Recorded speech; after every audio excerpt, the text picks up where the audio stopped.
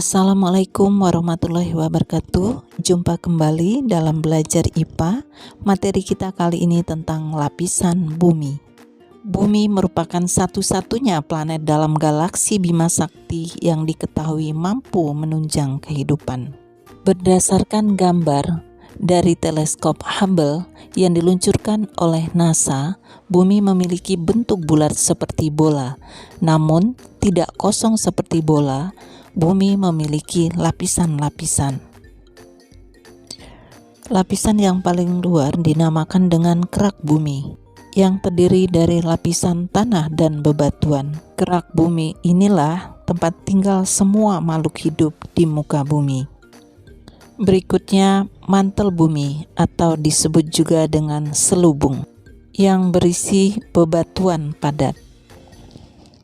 Lapisan berikutnya, inti luar yang berisi cairan, dan inti dalam, di dalamnya terdapat material padat. Bumi tempat berlangsungnya kehidupan disebut dengan biosfer. Terdiri dari 3 komponen utama. Yang pertama, atmosfer atau komponen gas, kemudian litosfer komponen padatan, dan hidrosfer komponen air.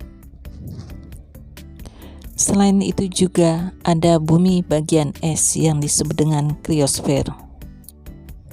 Kita bahas dari yang pertama, atmosfer. Berasal dari bahasa Yunani, dari kata atmos yang berarti uap dan sphaira yang berarti lapisan. Jadi atmosfer adalah lapisan uap yang menyelimuti bumi. Atmosfer bumi terdiri atas campuran dari gas-gas, diantaranya nitrogen, oksigen, argon, karbon dioksida, neon, helium, metana, kripton, xenon, hidrogen, dan ozon. Atmosfer memiliki 5 lapisan. Lapisan yang paling dekat dengan bumi adalah lapisan troposfer. Kemudian berikutnya adalah lapisan stratosfer, mesosfer, dan termosfer, serta yang terakhir adalah eksosfer. Lapisan troposfer, lapisan yang paling dekat dengan bumi, letaknya mulai dari bumi sampai ketinggian 10 km di atas permukaan laut, tempat terbentuknya awan, terjadinya hujan, dan salju, sangat berhubungan dengan kehidupan bumi. Lapisan stratosfer memiliki ketinggian 10-50 km di atas permukaan laut.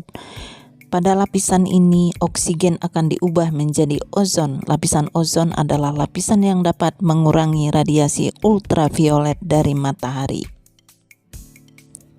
Lapisan mesosfer memiliki ketinggian antara 50-85 km. Lapisan ini merupakan lapisan pelindung bumi dari benda-benda luar angkasa. Pada lapisan ini, meteor atau benda-benda angkasa lainnya akan terbakar sebelum menabrak bumi. Lapisan berikutnya adalah termosfer. Lapisan dengan ketinggian 85-500 km di atas permukaan laut.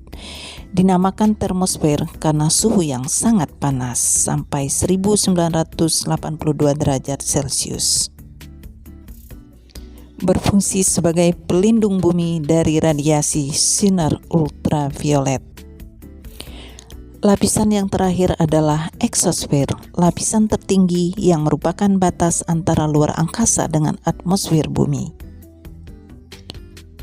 Tempat satelit-satelit buatan mengorbit mengitari bumi.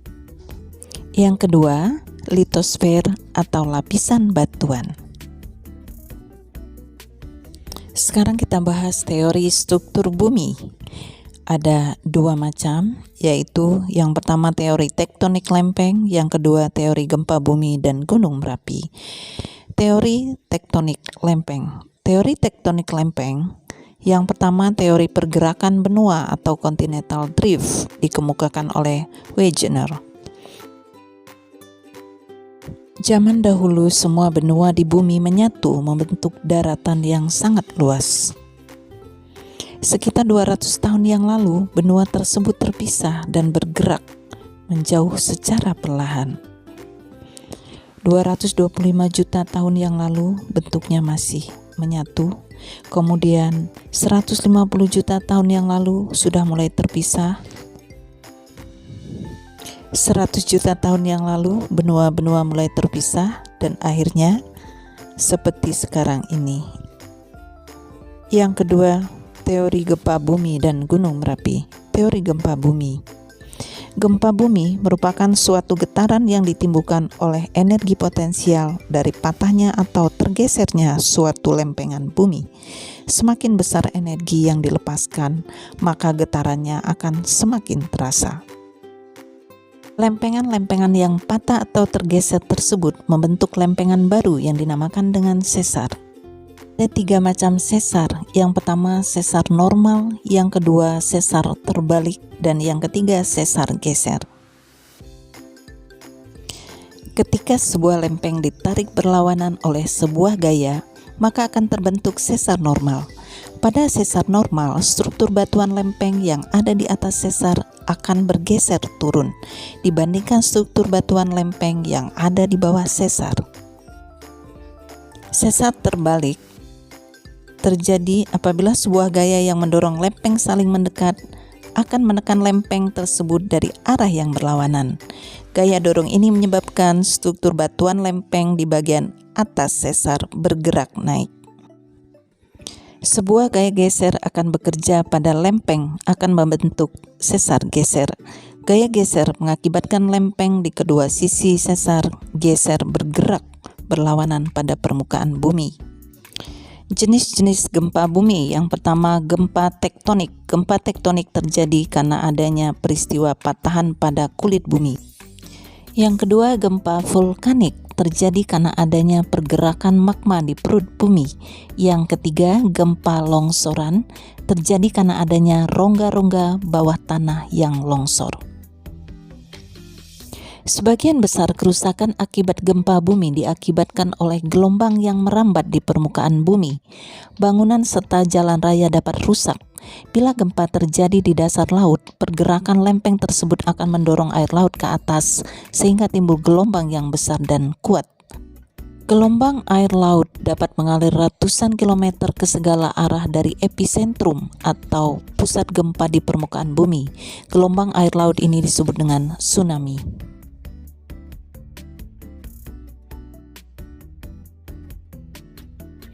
Teori gunung berapi. Gunung berapi terjadi karena adanya proses gaya tektonik yang bekerja dalam bumi. Jika litosfer yang berada di atas magma tidak mampu menahan tekanan dari dalam bumi, maka terjadilah erupsi atau gunung meletus. Magma dan material lainnya dimuntahkan melalui kawah gunung api. Energi yang tersimpan tersebut dilepaskan dalam bentuk ledakan dan semburan yang kuat saat erupsi. Material yang dikeluarkan saat letusan gunung berapi meliputi material padat, cair, dan gas. Hasil lainnya dari letusan gunung api adalah lava dan lahar, dan juga gas beracun. Selain itu juga menghasilkan awan panas atau aliran piroklastik, atau yang dikenal di masyarakat dengan istilah wedus gembel.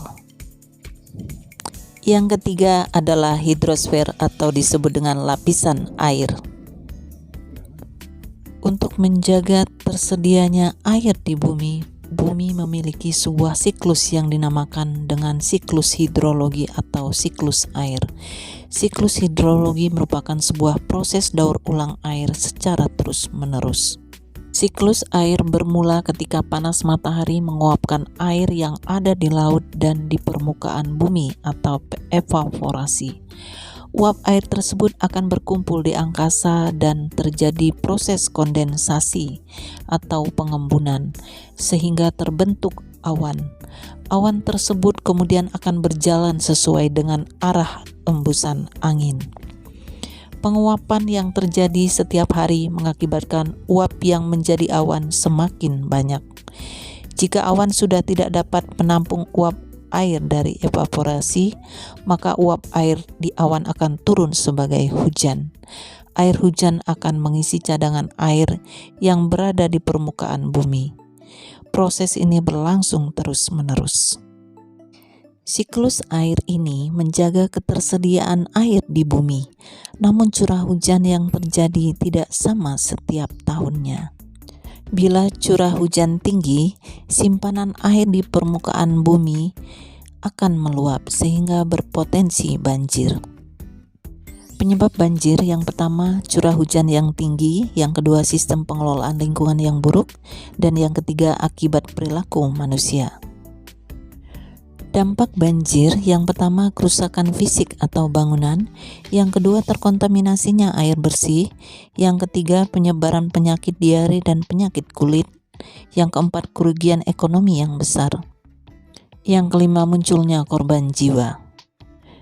Cara penanggulangan banjir, yang pertama, pengerukan sungai dan saluran air di lingkungan, yang kedua, menanam pohon di lahan kosong, membuang sampah pada tempatnya, yang keempat, membuat resapan air, dan yang kelima, hindari penebangan pohon di hutan dan di bantaran sungai secara liar.